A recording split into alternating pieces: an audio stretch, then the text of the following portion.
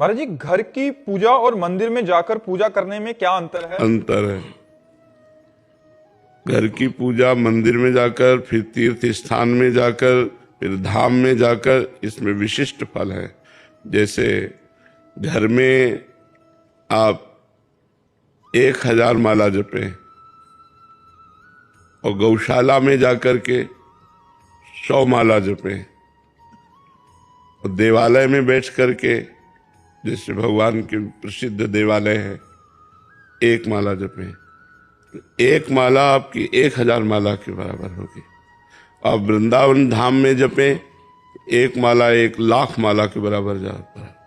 तो घर का भजन और तीर्थों का, तभी तो जब भगवत प्राप्ति की लालसा होती तो हम तीर्थों की यात्रा करते हैं, संतों का समागम करते हैं, बड़े बड़े देवालयों के दर्शन करते हैं, उससे हमारा हृदय पवित्र होता है।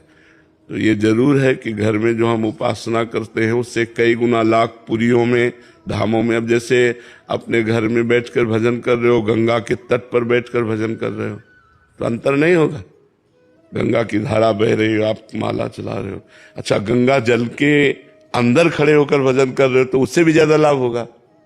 गले तक गंगा जल में खड़े और भगवान नाम स्मरण कर रहे हो, भगवत ध्यान। तो ये भजन की पद्धतियां हैं। घर से कई गुना लाभ तीर्थों में, पुरियों में, धामों में, पवित्र यमुना, गंगा, नर्मदा आदि के तट पर बैठकर भजन करने से, गौशाला में भजन करने से कई गुना लाभ प्राप्त होता है। और कोशिश करना चाहिए कि थोड़ा समय निकालकर हम ऐसे पवित्र स्थानों में भजन करें। जैसे आप लोग धाम आए हो तो मनोरंजन मत करो। 1 दिन 2 दिन के लिए, 4 दिन के लिए आए हो, कोई गंदा आचरण मत करो।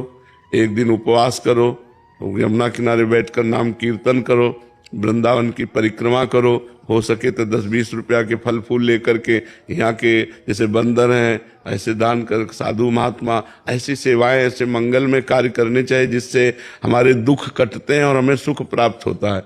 और जो लोग यहाँ आकर के भी गंदे आचरण करते हैं, पाप आचरण करते हैं, मनमानी आचरण करते हैं, फिर दुख भोगेंगे।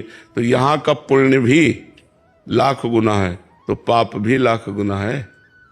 ये बात समझो। अगर पाप किया तो वो भी लाख गुना है, वो आपको दंड, भारी भयंकर दंड देगा, क्योंकि धाम का किया हुआ पाप है। सर्वत्र किया हुआ पाप धाम में प्रवेश होते ही नष्ट हो जाता है, लेकिन धाम का किया हुआ पाप फिर आपको कहाँ नष्ट होगा। धाम ही कृपा करे तो नष्ट हो सकता है, नहीं भोगना पड़ेगा। वज्र की लीक होता है जी।